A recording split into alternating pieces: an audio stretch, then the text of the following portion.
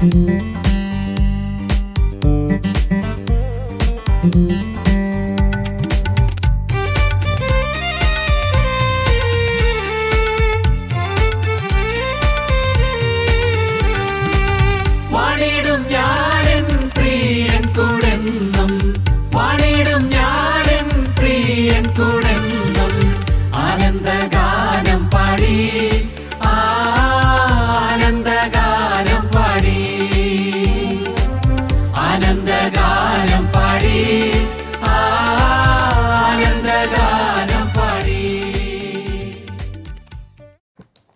വരുന്ന നമ്മളുടെ കർത്താവായ യേശുക്രിസ്തുവിൻ്റെ തന്നെ നാമത്തിൽ എല്ലാവർക്കും സ്നേഹവന്ദനം. മനുഷ്യനെ ഭയപ്പെടുത്തത്തക്ക വിധത്തിൽ ഉണ്ടാകുന്ന പ്രകൃതിക്ഷോഭങ്ങളും അസ്വാഭാവികമായ കാലാവസ്ഥാ വ്യതിയാനവുമാണ് ഇന്ന് സംഭവിച്ചു കൊണ്ടിരിക്കുന്നത്. മഴ കുറയുന്നു, ചൂട് കൂടുന്നു. പസഫിക് സമുദ്രം അസാധാരണമായ വിധത്തിൽ ചൂടാകുന്നതിൻ്റെ ഫലമായി പേമാരിയും കൊടുംശൈത്യവും ചുഴലിക്കൊടുങ്കാറ്റും കൊടുംവരൾച്ചയും ഇന്ന് സാധാരണമാണ്. ഒരു തീപ്പരിമതി എല്ലാം അവസാനിക്കുവാൻ എന്നതിൻ്റെ നേർക്കാഴ്ചയായിരുന്നു 2025 ജനുവരി 7 തുടക്കം കുറിച്ച അമേരിക്കയിലെ കാലിഫോർണിയ സ്റ്റേറ്റിൽ അതിസമ്പന്നമായ ലോസ് ആഞ്ചലസിൽ ഉണ്ടായ അഗ്നിബാധ.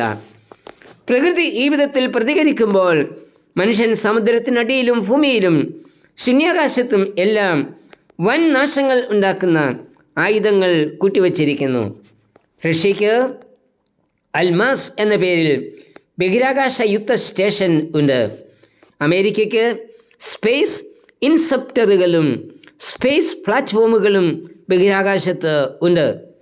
ചൈനയ്ക്ക് ആൻറ്റി സാറ്റലൈറ്റ്, ആൻറ്റി മിസൈൽ സിസ്റ്റങ്ങൾ ഭ്രമണപഥത്തിൽ ഉണ്ട്.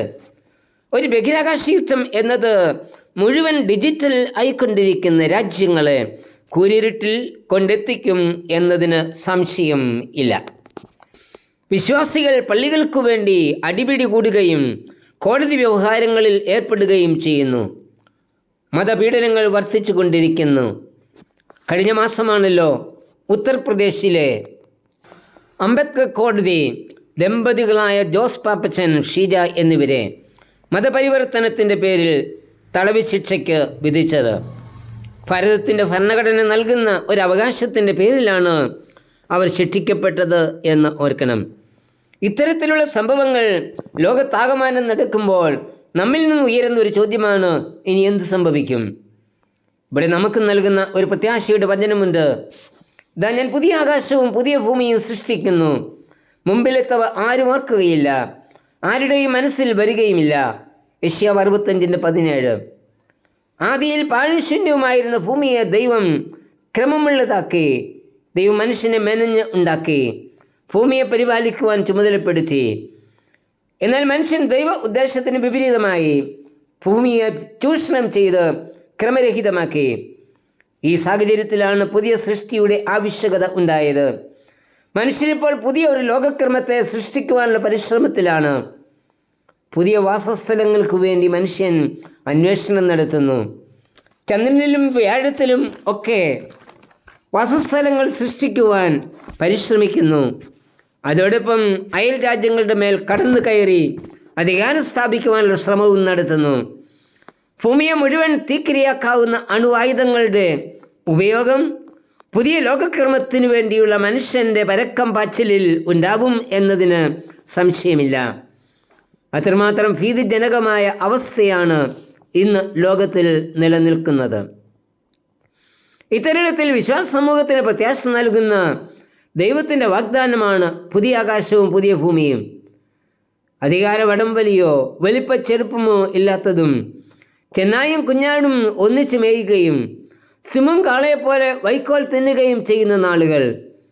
എവിടെയും ദോഷമോ നാശമോ ഒന്നുമില്ലാത്ത സമാധാനപൂർണമായ അനുഭവം.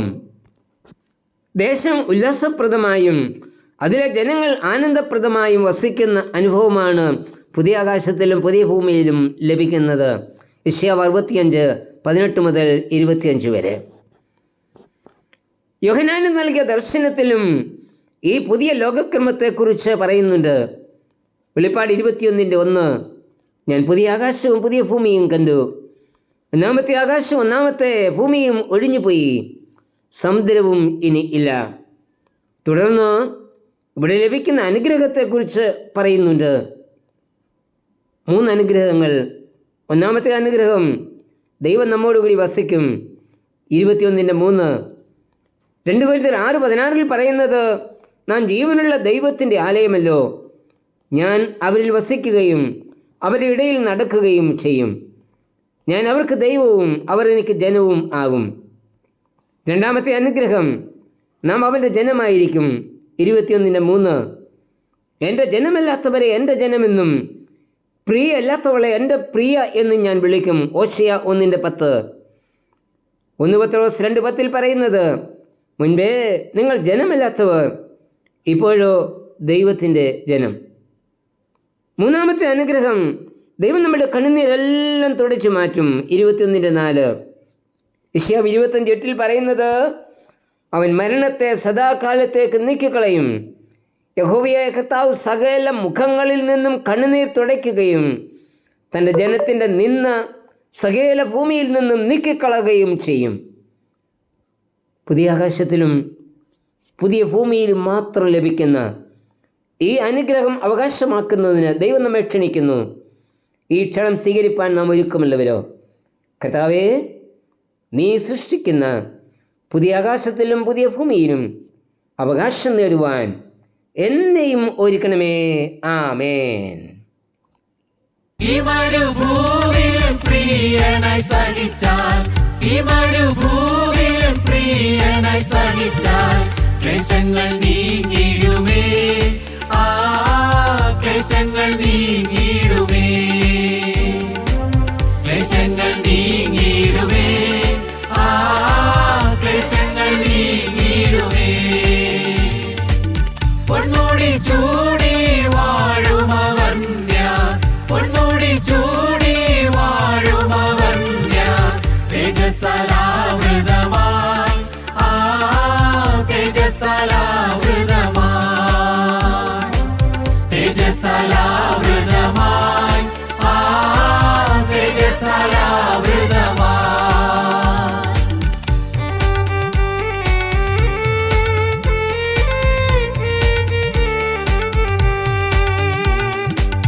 ദൂതന്മാർ പോലും വീണുവണങ്ങും, ദൂതന്മാർ പോലും വീണുവണങ്ങും, എന്തു മഹാത്ഭുതമേ, ആ എന്തു മഹാത്ഭുതമേ,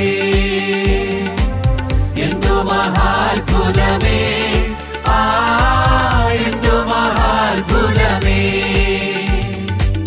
നിർമ്മല കന്യകയെ വേളി ചെയ്യുവാൻ, നിർമ്മല കന്യകയെ വേളി ചെയ്യുവാൻ വേഗം വരുന്നവരെ,